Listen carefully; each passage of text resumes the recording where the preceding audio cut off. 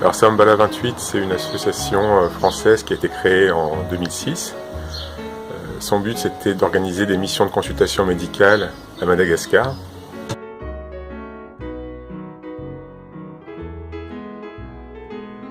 Madagascar a été choisi à cause de l'affinité des membres fondateurs pour le pays, car les besoins médicaux y sont énormes.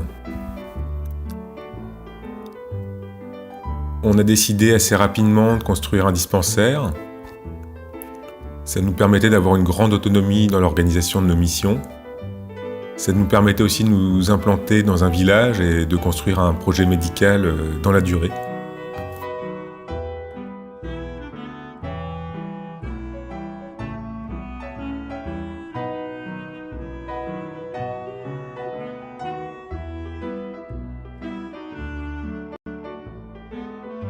Depuis le départ, on a choisi d'impliquer les gens du village. On a formé progressivement une équipe de traducteurs qui nous aident pour les consultations. On travaille aussi toujours avec Lisiane. Lisiane, c'est un agent communautaire du village. Elle avait donc déjà une formation de base en santé. On a renforcé sa formation sur les pansements et sur certains soins. C'est elle qui assure une présence permanente au village.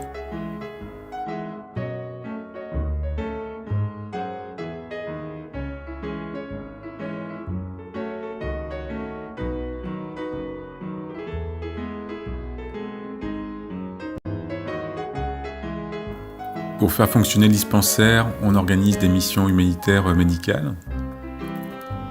On a des professionnels de santé qui viennent de France et de Belgique. Il y a des infirmiers, des médecins, des dentistes, des pharmaciens. Ça permet de proposer des soins au dispensaire. Alors dans les pathologies fréquentes qu'on a traitées, il y a beaucoup de pathologies traumatiques, avec souvent des plaies cutanées. Il y a aussi des maladies infectieuses, avec beaucoup d'infections cutanées, d'infections respiratoires, des infections parasitaires aussi.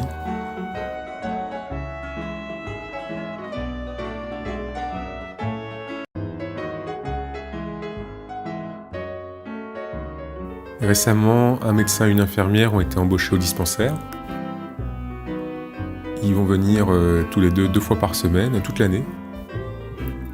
Donc c'est vraiment eux qui prennent le relais pour assurer la continuité des soins. Le médecin, c'est un médecin libéral qui travaille dans une ville à une trentaine de kilomètres. L'infirmière, c'est Vanessa. Elle vient d'être diplômée de l'école d'infirmière de Tamatave.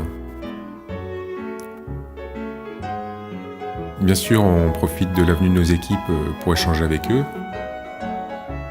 C'est l'occasion de comparer nos façons de prendre en charge certains soins et puis les leurs. Et ça permet à chacun d'améliorer son travail.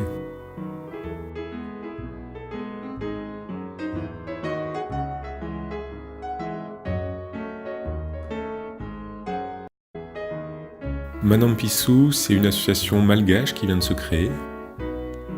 Elle est présidée par Christian qui a choisi des gens de la région. Initialement, le but c'était de faciliter les démarches administratives pour le dispensaire. Finalement, ça a permis d'impliquer davantage les gens du pays et puis de donner une nouvelle dynamique au projet.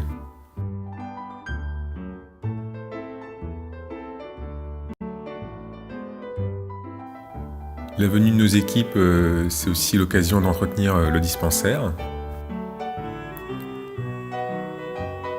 Il faut savoir que le village d'Anville est situé immédiatement à côté de l'océan. Ça donne beaucoup de problèmes de corrosion. C'est aussi une zone avec des vents violents à la saison cyclonique. L'entretien, c'est donc un enjeu très important pour la poursuite du projet.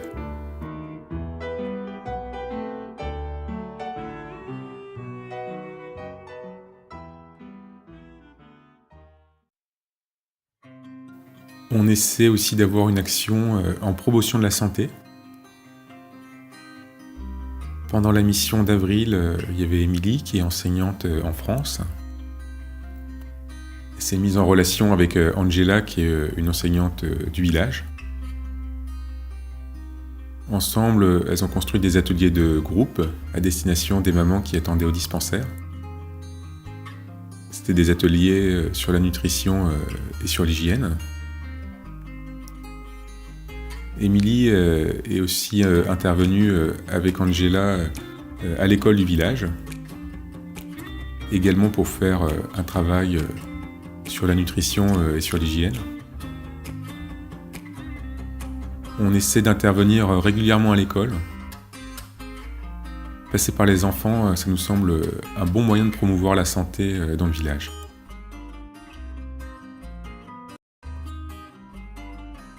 Depuis la création de Sambala, on est en relation avec l'hôpital de Brickaville. Il est situé à une trentaine de kilomètres du dispensaire. C'est un petit hôpital rural. On le soutient en apportant du matériel médical à chaque mission. Avec le docteur Lydie, qui est le médecin-chef, on a régulièrement des échanges. Elle vient souvent au dispensaire. Cette fois, on a organisé des visites des malades en commun avec les médecins et les infirmières de la mission.